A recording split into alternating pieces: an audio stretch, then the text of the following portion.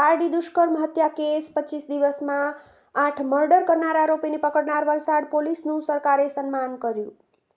વલસાડમાં એક 19 વર્ષની છોકરીના દુષ્કર્મ અને મર્ડરના આરોપીને વલસાડ પોલીસ દ્વારા ઝડપી પાડવાની ઘટના બાદ રાજ્ય સરકારના મંત્રી અને રાજ્ય પોલીસ દ્વારા ગાંધીનગર સ્વર્ણિમ સંકુલ ખાતે કાર્યક્રમ કરી વલસાડ પોલીસનું સન્માન કરવામાં આવ્યું હતું।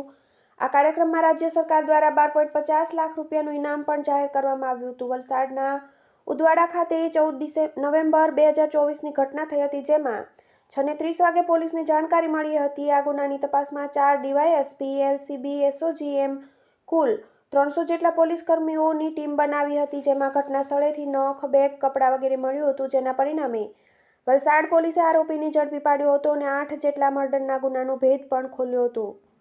આ વિશે માહિતી આપતા વલસાડ જિલ્લા પોલીસ અધિક્ષક ડોક્ટર કરણરાજ વાઘેલાએ જણાવ્યું કે પોલીસ ટીમો મહારાષ્ટ્ર, મુંબઈ મોકલવામાં આવી હતી, જેમાં મુંબઈમાં ફેસ રેકોગ્નાઇઝેશન કરવામાં આવ્યું હતું, જે પછી આરોપીની વિગતો ગુજરાત, મહારાષ્ટ્ર, રાજસ્થાન, મધ્યપ્રદેશ, હરિયાણા, તેલંગાણા, પશ્ચિમ બંગાળમાં મોકલવામાં આવી હતી, જેમાં પ્રિઝન સોફ્ટવેરથી માહિતી મળી હતી।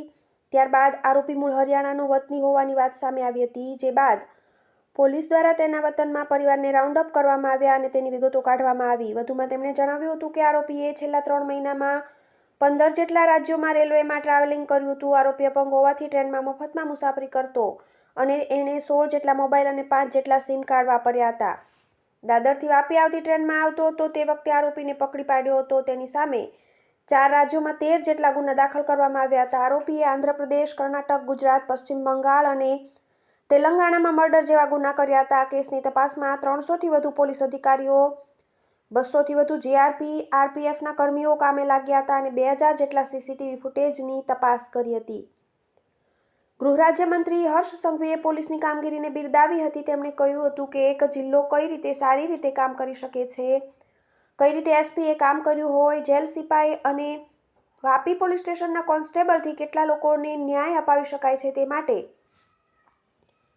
ટીમ તરીકેની કામગીરી કરવામાં આવી છે, તે માટે પ્રેસને જાણકારી આપવામાં આવી રહી છે। આ આરોપીની ફાંસીની સજા ગુજરાતમાં જ થવી જોઈએ। આ નરાધમે 8 જેટલા ખૂન કબૂલ્યા છે। આ મુદ્દે રાજ્ય પોલીસ વડા વિકાસ સહાયે જણાવ્યું કે આ પ્રકારના કાર્યક્રમનું આયોજન કરવામાં આવ્યું છે। મહિલા સુરક્ષા બાબતના વિષયે સતત ચિંતા અને કાર્યવાહી કરાતી હોય છે। 2021થી અત્યાર સુધીમાં રાજ્યમાં 600થી વધુ પોસ્કો કેસમાં કન્વિક્શન થયા છે, જેનું કારણ પોલીસ કર્મીઓની સારી તપાસ છે। હ્યુમન ઇન્ટેલિજન્સ અને ટેકનોલોજીના ઉપયોગથી ગુજરાત પોલીસ કઈ રીતે કામ કરી રહી છે તેનું ઉદાહરણ છે।